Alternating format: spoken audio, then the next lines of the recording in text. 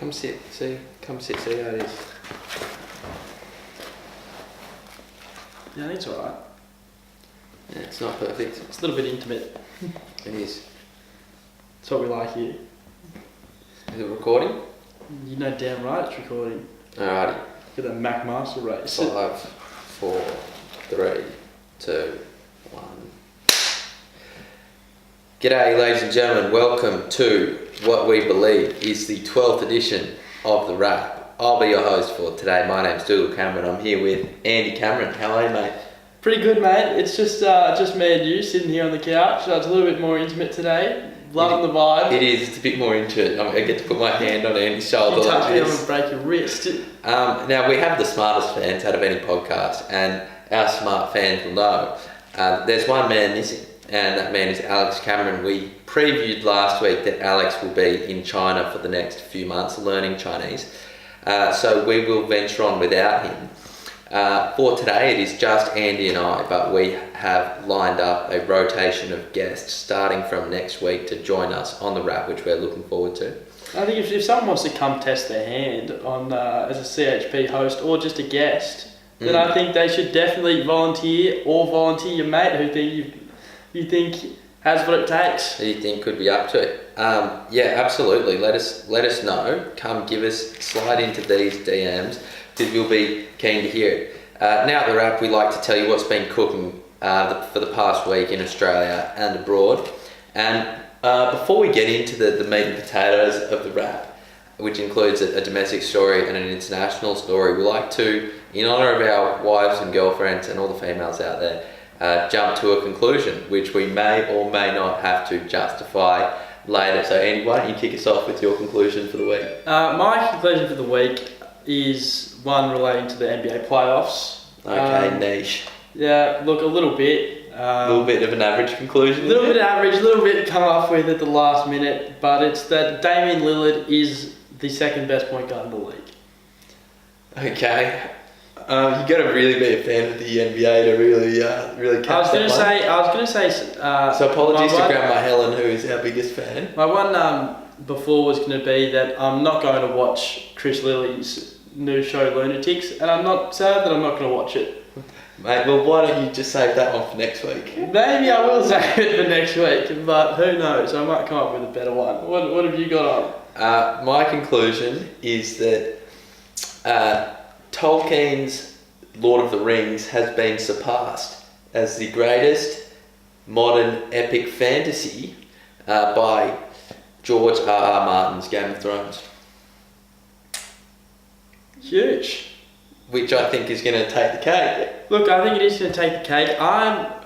You see those really horrible memes on Facebook that I belong to the 1% of the population that hasn't seen a single episode of Game of Thrones. Is that you? That would be pretty close to me. I've seen some very, very small snippets. I don't think I've ever watched a full episode, so you're going to have to... Okay, well, I'm happy to make that You're going to have to for justify why the masterpiece that is Lord of the Rings ain't it no more, Chief. So I'll come back to that at the end of the show, as we like to do, but to kick us off, we want to hear what's been going on in Australia. So Andy, tell us what's been going on for the week. Well, the story is about the Sri Lankan terrorist attack. So not a domestic story, however, there is a domestic element in it which I would like to talk about, which is that one of the suicide bombers was supposedly radicalised in Australia, and we want to sort of have a look at the implications of that. So he grew up in Sri Lanka, right, and then came to Australia for university, at which point he became deeply religious. Yes. So and this was So the guy's name who committed the attack is Abdul Latif Jamil Mohammed, and he undertook a postgraduate degree at Melbourne Swinburne University in 2009 and left the country in 2013. And he appeared to have been influenced by extremist ideas during the period, which is how the family feel. His sister said in an interview that her brother had returned from Australia a different man. She said that he lost his humour, didn't smile or really talk to people he didn't know. He really just came back from Australia, his time in Melbourne, as a different man. What happened to him? So what happened was he tried to detonate a bomb in the luxury Taj Samudra hotel, but his bomb didn't defuse. The explosives failed to detonate and he retreated back to his guest house, which he was staying at, where he was trying to fix the bomb, and it, at the time there, detonated, which killed 2 other bystanders, who I believe were children. So a real tragedy, which is another addition to the other atrocities that are going on in Sri Lanka at the time during the Easter weekend. So we send our prayers there. But what I want to look at is whether Australia has an issue with radical ideas, and are people like actually prone to being changed into radical extremists in Australia. We've seen that dating back to Man Monis with the Lint Cafe shooting, even more recently in the Christchurch shootings, where the person has been radicalised in Australia. Is there an issue there? Dude, what do you think? Yeah, mate, look, there is an issue, but as far as I'm concerned, I would much rather have the teachings out in the open. I wouldn't want to suppress the teachings. So what that looks like in reality is I wouldn't try and block or suspend extremist accounts. I would want, like from Facebook or Twitter or social media, I'd like everybody to be able to see them. I also think it's helpful because sunshine is usually the best disinfectant, and if some people are, succumb to these ideas, then so be it. But I think Australians should absolutely be aware of the ideas that are popular around the world, and we should understand how lucky we are to have the ideas and the cultural institutions we have in Australia. And I think it would make Australians all the more wiser and all the more keen to fight for them. What I would say is that in the wake of the Sri Lankan shootings, we heard a lot of talk about, preventing Islamophobia. But we heard in the wake of the Christchurch shootings, for example, an article by Rachel Withers on slate.com, which is titled "The Christchurch Shootings Should Implicate All White Australians. Shame and apology is not enough in confronting our country's virulent racism." So you don't find anything like that about Islam's Christianophobia or any other religion except Islam phobia, or even the Islamophobia within Islam towards any sect which is not your own. You see no articles saying the Sri Lanka shootings should implicate all brown people, nor should you. I don't want to see any of that. I don't think any of that is actually helpful. And what I think is that there's absolutely a double standard there, and this will kind of relate partly to our international story, but I absolutely think we should have, instead of quelling the discussion, we should be actually opening up the discussion. We actually need more discussion instead of less discussion. So the discussion should include the discussion should include what types of Islam are compatible with Australian values, because I think it's clear that not all parts of Islam are. I think it should include a discussion about immigration, including the numbers and the parts of the world from which we take immigrants. And I think we should have broader discussions rather than more closed off discussions as the remedy to these kind of extremist ideas which are popping up and nobody knows where they're coming from. Yeah, and tying into that as well, it's said that the terrorist had connections, at least in an online way, with Neil Prakash, a very prominent Australian terrorist who fled to IS and is currently in a Turkish prison. And he wants to come home. Wants us to save him. That guy can suck eggs. That's exactly what he can do. He can sit and rot in there. Yeah. But I think that if we didn't have all these secret chat rooms and discussions there, if people were encouraged to, as you said, have these beliefs in a more public forum, it would be a better disinfectant. I know that's somewhat impractical, somewhat idealistic of me, but I agree with you on the fact that sunlight is usually the best disinfectant. And with these ideologies, if they were more out in the open and widely discussed, rather than it being more of a taboo to criticise some ideologies, then it would create a much more informed, positive discourse that hopefully doesn't lead to acts like this happening, which we condemn in all its forms. Okay, cool.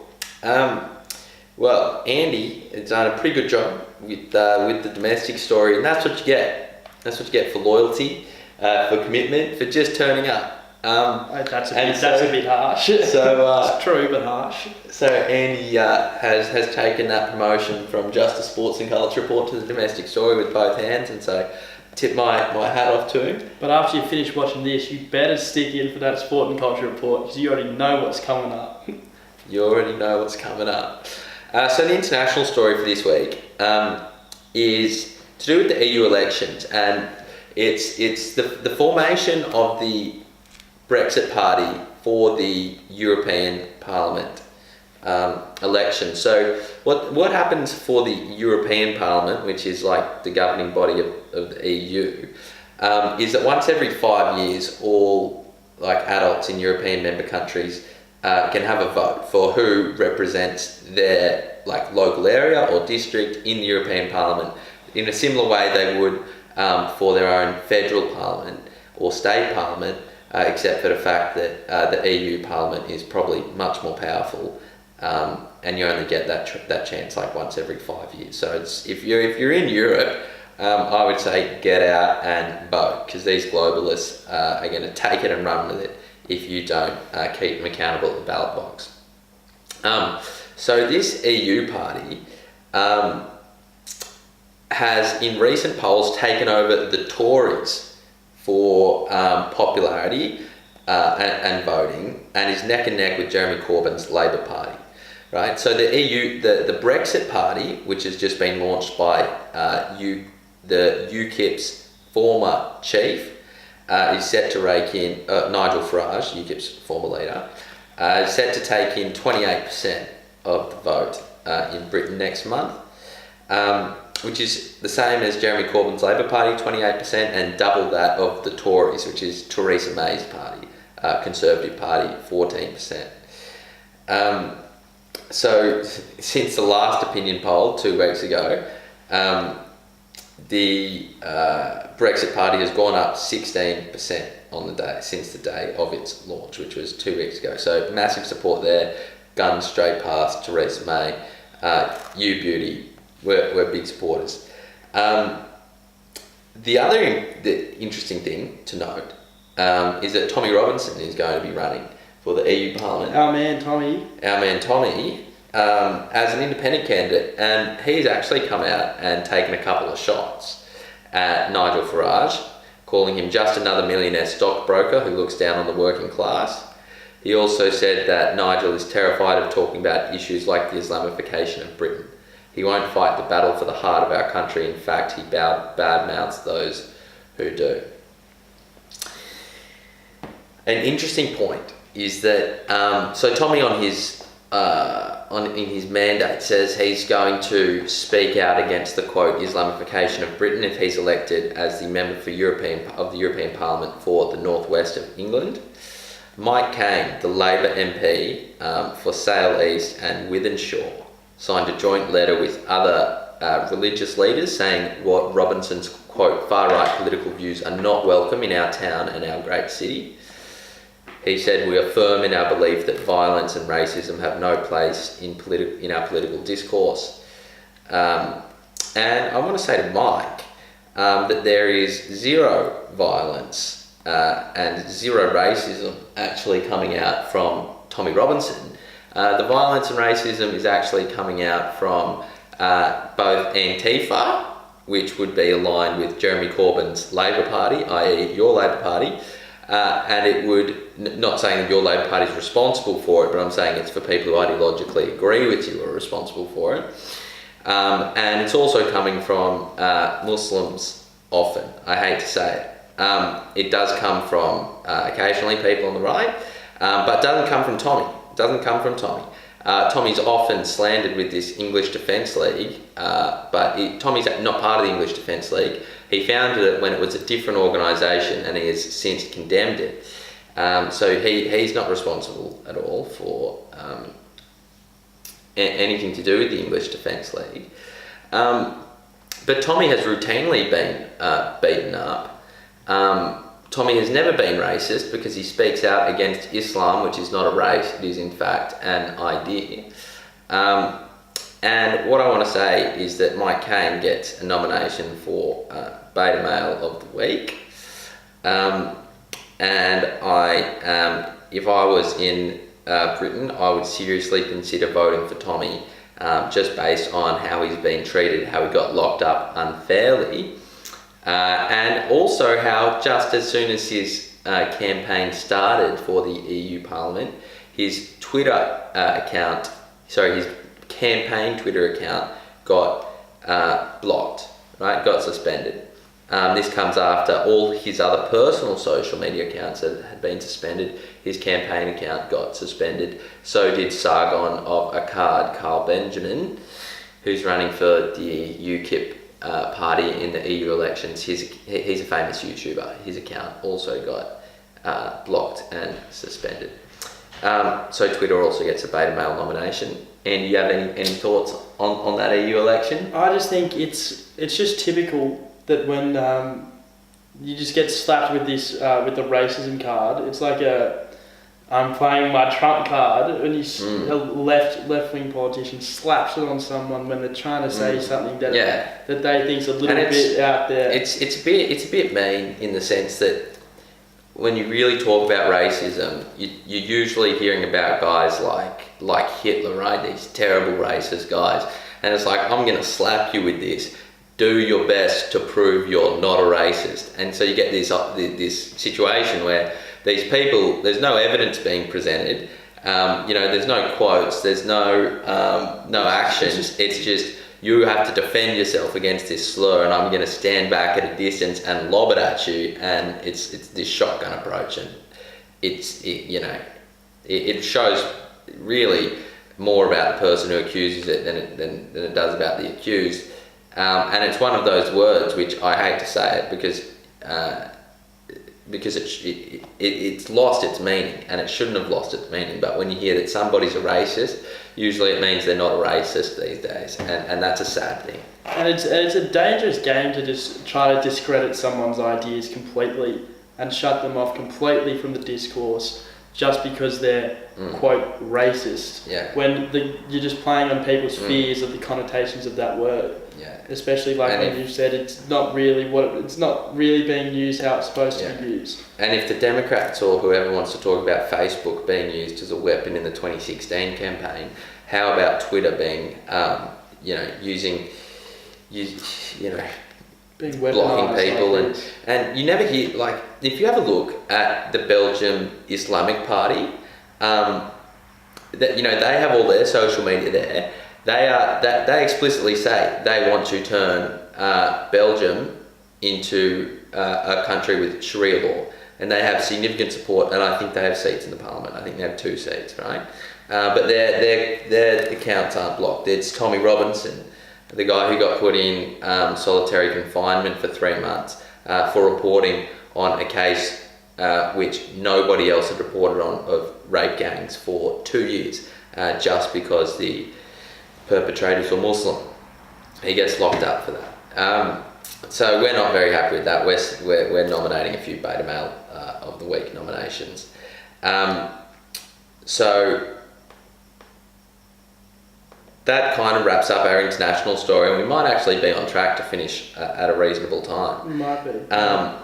So my Beta Male nominations are Mike Cain, the Labor MP, who said there's no place for hate in our communities. But at the same time, I'm sure he's, advising, British women that they can't walk around anymore at night by themselves because it's, or go out on New Year's Eve revealing clothing because it's not safe anymore. Twitter gets a beta male nomination, and the author of the Slate article, Rachel Withers, who obviously didn't write anything about implicating all brown people in the Sri Lankan terror attacks, she gets a beta male nomination as well. So, Andy, do you have any preference on who gets the beta male nomination? Personally, if I had to pick one, I think I'd have an honourable mention to Ms. Withers. Mm-hmm. But I think that corporate Mike Cain would, Demon Mike Cain might take the cake for me. Mike Cain, the brother of one of the main brothers of destruction. Who would be the Undertaker? It would be probably Theresa May. Theresa May would be the Undertaker. Now, we like to jump back to the conclusion we had at the start of the podcast to unpack it a little bit. See how it's going. See if it stands up to the test. Remind the people what your conclusion was. So my conclusion was that Tolkien's The Lord of the Rings has been surpassed as an epic fantasy, as the greatest modern epic fantasy by George Martin's The Game of Thrones. And Tolkien, now it might just be a time thing, right? It might just be George Martin's taken, he's seen what Tolkien's done, and because he's had the time to take that standard, he's had time to compare he's just made a better story, right? Potentially. But nonetheless, as far as I can tell, it is absolutely better. And if you ask why, there's a couple of reasons. One is that the story is significantly more complex, right? Yet he's actually able to take the lay reader with him. Right? It's not just a few people and their buddies going along. It's a lot of different characters with a lot of different motivations, all competing against each other from different continents along different timelines, right? But nonetheless, he's able to keep the reader very engaged throughout the whole thing. The second thing is that the characters are internally more complex, right? They're not just good guys and bad guys. There's actually good and bad in each of them, and there's parts to like and dislike about each of them, which actually makes it a much more interesting novel and actually much more realistic, right? Because we know that in real life there's not usually just goodies and just baddies, and so it's a much more honest reflection on human nature than Tolkien's book is. And the third and final one, which I think is an important point, is that both books are centered around a big war, right?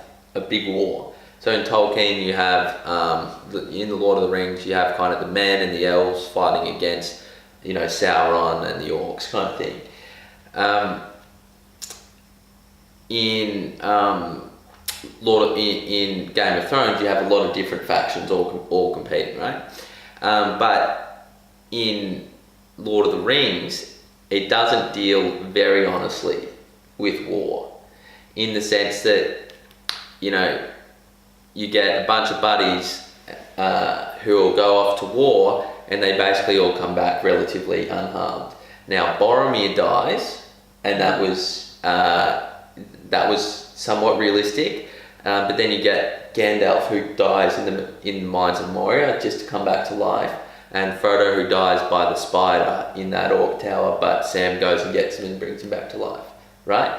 Now that book or that series would have actually been much better and much more compelling if Gandalf stayed dead and Frodo stayed dead and Sam had to pick up the ring himself and take it to Mordor.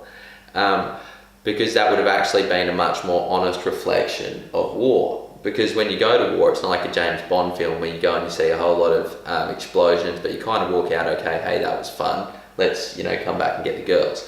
What it is everyone's going to die, or at least several people are going to die.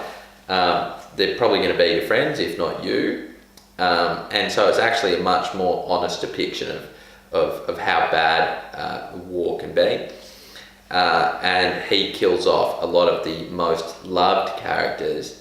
And I think it does a great job of telling a really interesting story which involves war, but without actually glorifying war at all. Do you think that Tolkien, writing in the genre of epic fantasy, has an obligation to see war in the light that you're seeing it? because it seems. I'm not saying your opinion's wrong or anything. I'm undecided personally, but do you think because of the nature of the genre itself that he does have that obligation? No, not at all. You don't have any obligation. So does that mean that the depiction of war, that your third point about the depiction of war, doesn't really stand? No. I think it doesn't particularly stand. Why? Because I think because we're creating this other world where like war doesn't have to be seen with the same horror that it is seen through in our own one, that he doesn't have the obligation to paint it in that way. I never said he has an obligation. What I'm saying is that he does it in a worse way than George Martin does it. And I told you the reason why, because it's much less realistic. But it doesn't have to be realistic. But I'm saying it's better that it is realistic because that's what real war's like. But it's not a real war though. Yeah, and I'm saying that detracts from how good the book is. Look, I think I think we might disagree on this one. Okay, you tell us what you think. I just think that it doesn't need to be. It doesn't have a need to be realistic. Okay, alright. That's the underlying point, yeah. I just don't think when you go and fight the most powerful person in the world and you and all your buddies go in and only one guy who gets like a little bit of airtime at the beginning dies, that it's not actually it's not as compelling as does that discount Avengers #1? I don't know much of the Marvel movies that well. Well, they fight like at the time what they thought was the most like uber powerful force ever, and none of the main characters really die.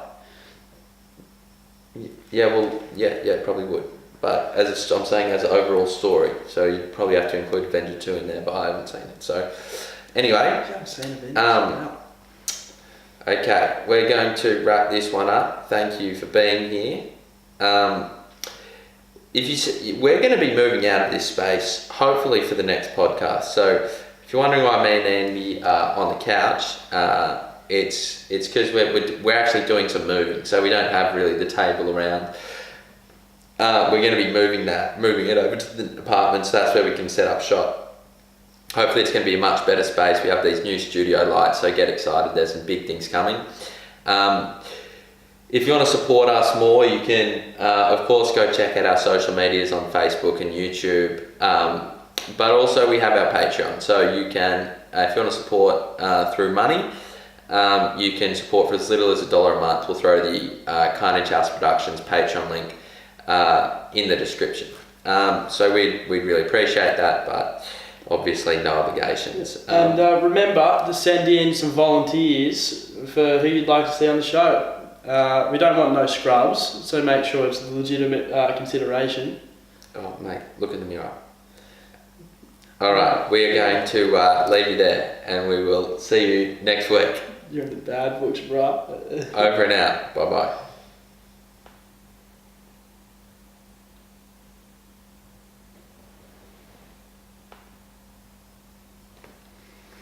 Not bad. It's alright. How long did it go for? I don't know.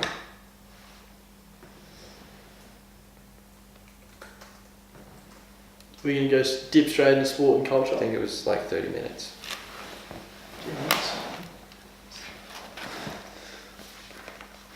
Well, maybe not even 30 because that thing didn't turn off today.